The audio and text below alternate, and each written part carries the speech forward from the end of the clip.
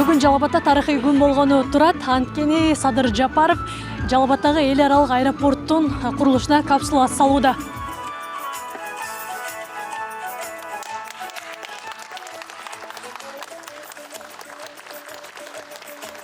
Аэропорт Жалал Абад облусунун Сузак районуна 381 гектар аянтка курулат. Ага 2 кабаттуу жүргүнчүлөр терминалы салынып, саатына 350 жүргүнчүнү өткөрүүгө ылайыкташат. Жалал Абадка эл аралык аэропорт куруу демилгесин президент Садыр Жапаров өзү көтөргөнү белгиленди. Урматтуу мекендештер, соңку жылдары өлкөбүздө авиация тармагында кеңири реформалар жүргүзүлүп, коопсуздукту жогорулатуу, инфратүзүмдү жаңылоо, кадрдык базаны чыңдоо жана эл аралык стандарттарга шайкеш келтирүү багытында реалдуу жыйынтыктарга жетиштик. Жалал Абад эл аралык жаңы аэропортунун курулушун баштоо буга айдан ачык мисал болуп бере алат. Бул жөн гана курулуш эмес, Жалал Абад облусунун жаңы келечегине жол ачкан тарыхый учур. Аэродромдун инфраструктурасы эл аралык стандарттарга жооп берет. Аэропорт 4E категориясына кирип, Boeing 737, Airbus A320 жана A321 сыяктуу чоң учактарды, жүргүнчүлөрдү жана жүктөрдү кабыл алууга шарт түзүлөт. Ошондой эле Il-76, Airbus A330, Boeing 767-300 жана башка жүк ташуучу учактарды сатып алууда пландалууда. Аэровокзальный комплекстин өзү 12.000 чарчы метрди түзгөн аэровокзал болот.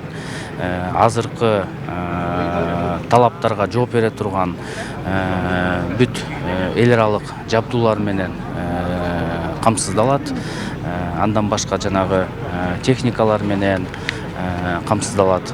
2 телескопический трап менен камсыздалат. Учуп конуу тилкеси 3800 метрди түзөт. Андан башка 6 учак токтотуучу стоянкасы болот. Курулушту ата мекендик компания жүргүзөрү. Буга чейин учуп конуу тилкесин курууга даярдыктар башталган айтылды. Ушул тапта 50дөн ашык атайын техника тартылган. Бирок курулуштун нугуна жараша дагы техникалар жана жумушчулар алына турганы маалымдалды. Бул жерде өзгөчөлүгү бул долбоорду чийген дагы, бул ишти ишке ашырып аткан дагы биздин ата мекендик компаниялар жана долбоорду чийген бул ата мекендик баягы өзүбүздү Минстрой, андан башка Дорттранспроект деп коет, госкомпаниялар, ошолордун баары бизге долбоорлорду дайындап берип жатат. Негизинде бул куруу тармагына алып келгенде ушул жерде куруп аткан фирмалардын кээ бирөө Каракол эл аралык аэропортун салгандар катышып жатат. Бул жерде ал Каракол боюнча өздөрүнүн опыттары дагы болуп калды. Бул жерде именно жумушту алып барып аткандардын баары, бүт баары сертификаттары бар, келишимдер түзүлгөн. Мындай айтканда, кесипкөй адамдар тартылган. Негизи келишимибиз боюнча 26-жылы 31 декабрь, бирок бизге сөз берип жатышат, ага жеткирбей эрте бүтүрүп беребиз деген. Бул жерге жүрүп аткан, бул жердеги акча каражаттын баары Кыргызстан аэропортторунун өзүнүн каражаттары. Жергиликтүү бийлик тарабынан бөлүнгөн жер аянтынын документтери даярдалып, Кыргызстан аэропорттору ишканасына өткөрүлүп берилген. Ал эми ошол аймактагы үлүш жерлер жана үйлөргө кенемте төлөө жана жер тилке берүү маселеси каралып жатканы кабарланды. Бул жерде жалпы жарандар бир 3000ге жакын үлүштүн ээлери бар. Ал жарандарга биз башка мамлекеттик фонддун эсебинен бериле турган жерлерди бөлүп көрсөтүп бердик. Анан кийин бул жерде ошол аэропорттун территориясына илешкен дагы бир 22 үй болуп атат. Ошо коргоо зона деп коет экен. Ошо 22 үйдү да биз башка жака участоктарды берип, аларга компенсация маселесин бүгүнкү күндө каралып атат. Баягы независимый оценщиктер келип эсептеп, ар бир үйдө 3 миллиондон 7 миллионго чейин ар кандай чыгып атат. Ошол баары эсептелип бүткөндөн кийин анан биз өкмөткө сунуштайбыз. Анан ошол жарандарыбызга үйлөрүнүн компенсациясы берилет. Бүгүнкү күндө ал маселе мындай чечиле элек. Бул баягы коргоо зонасында болуп атат. Жумуш негизги ошол аэропорттун полосасында бир 66 гектарда иш жүрөт деди да, бир 2-3 айга чейин ошол жерде. Ал жерде да биз эсептеп бүгүнкү күндө жарандарыбыздын будайлары бар экен. Арпа, жүгөрү, беде, ошолордун баарын биз эсептеп чыгардык.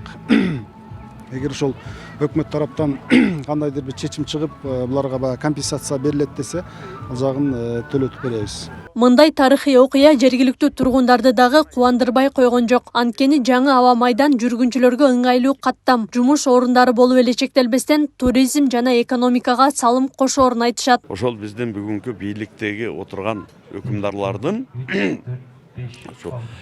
ишти жакшы алып барганынын негизинен ушундай проектлер иш жүзүнө ашып атат да. Мына бүгүн аэропорттук декабрда мисалы үчүн темир жолду салдык. Темир жол кетип атат, май жол бүтүп калды. Кыргызстаныбызга Кудай буйруса келкел доору, келкел заманы келди. Баягы 30 жыл ичинде ар нерсени айтып, эми кейип кепчип, не деген гана окуяларды баштан кечирип эдик. Эми бирок баягы элдин дагы тагдыры бар, өлкөнүн да тагдыры бар. Мына ушул аэропорт баягы элибизге жашоосуна жакшы шарт гана түзбөстөн экономиканын өсүшүнө укмуштуудай зор түрткү берет да. Зор түрткү берет. Жалал Абад областыгы гана эмес, Кыргызстаныбыздын келечеги үчүн Кудай буйруса зор салымын кошкон аэропорт болот. По этой дороге нет ни одного перевала, есть туннели, которые большие. Буга чейин өлкө башчысы Садыр Жапаровдун тапшырмасы менен аэропорттун курулушун көзөмөлдөө жагы Министрлер кабинетинин төрагасынын орун басары УКМК төрагасы Камчыбек Ташиевке жүктөлгөн. Атайын кызматтын башчысы аэропорт түшө турган аймакты жеринен көрүп, коопсуздук жана курулуш боюнча маалыматтарды алып турган. Жалал Абадта аэропортту куруу шартын, куруу маселесин урматтуу президентибиз Садыр Нуркожоевич баарыбыздын алдыбызга талапты койгон. Ошонун негизинде ушул аэропортту куруу маселесин контролдоо жагы дагы бизге жүктөлгөн. Ошондуктан буга биз өтө кылдат карайбыз. Акылай Карабаева, Шерзат Эгембердиев, Регион.